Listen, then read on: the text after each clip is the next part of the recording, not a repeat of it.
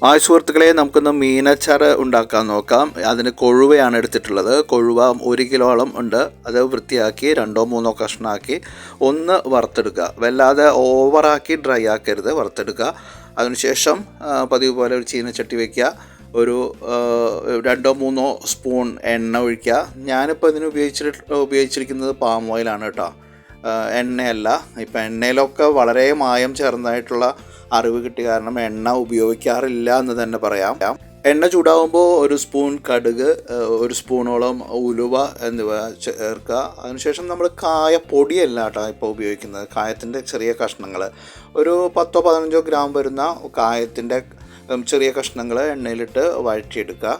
അത് എണ്ണയിൽ കിടന്നിങ്ങനെ പൊരിഞ്ഞ് ഒന്ന് വീർത്ത് വരും. അത് അപ്പോൾ നല്ല ക്രിസ്പി ആയിട്ട് ഇരിക്കും. നമുക്ക് മീനൊക്കെ ചേർത്ത് കൂട്ടി മിക്സാക്കി വരുമ്പോൾ അത് അലിഞ്ഞു പോകും. പിന്നെ ചേർക്കേണ്ടത് ഒരു 15 അല്ലിയോളം വെളുത്തുള്ളിയാണ്. വെളുത്തുള്ളി തൊലി കളഞ്ഞ് ഉപയോഗിക്കുന്നവർക്ക് ഉപയോഗിക്കാം. ഇത് ഞാൻ തൊലി കളയാതെയാണ് ഉപയോഗിക്കുന്നത്. കഴുകി ഒന്ന് ചതച്ചെടുക്കുക.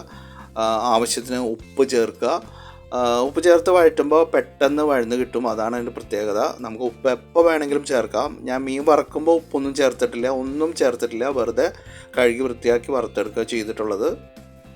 പിന്നെ അതിലേക്ക് ഒഴിക്കേണ്ടത് വിനീഗർ നമ്മുടെ പുളി ആവശ്യത്തിന് കൂടുതൽ ഉപയോഗിക്കാം, കുറവ് ഉപയോഗിക്കാം. വേണമെങ്കിൽ ഉണ്ടാക്കി കഴിഞ്ഞിട്ട് കുറവാണെങ്കിൽ ഒഴിച്ചു കൊടുക്കാം. കൂടുതൽ വരാതിരിക്കാൻ ശ്രദ്ധിക്കുക. അത് ഓരോരുത്തരുടെ ടേസ്റ്റ് പോലെ ഉപയോഗിക്കാം. വിനിഗർ ഒന്ന് തിളച്ച് കഴിയുമ്പോൾ അതിലേക്ക് വേണ്ട മുളക് പൊടി ചേർക്കാം. നമ്മൾ 2 സ്പൂൺ കാശ്മീരി മുളക് പൊടിയും 2 സ്പൂൺ സാധാ മുളക് പൊടിയും ചേർക്കുന്നുണ്ട്.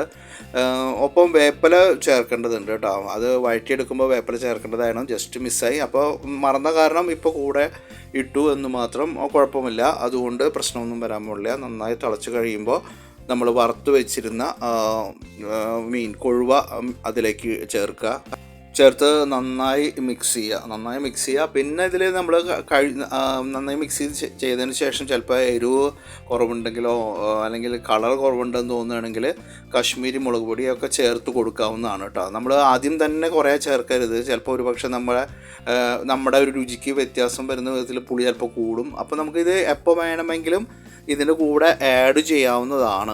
ഞാൻ ഈ അച്ചാറിന് മഞ്ഞൾപ്പൊടി ഇടാറില്ല സാധാരണ നിലയ്ക്ക്. ഇത്രയും നേരം കൊണ്ട് നല്ല അച്ചാർ റെഡി, സൂപ്പർ.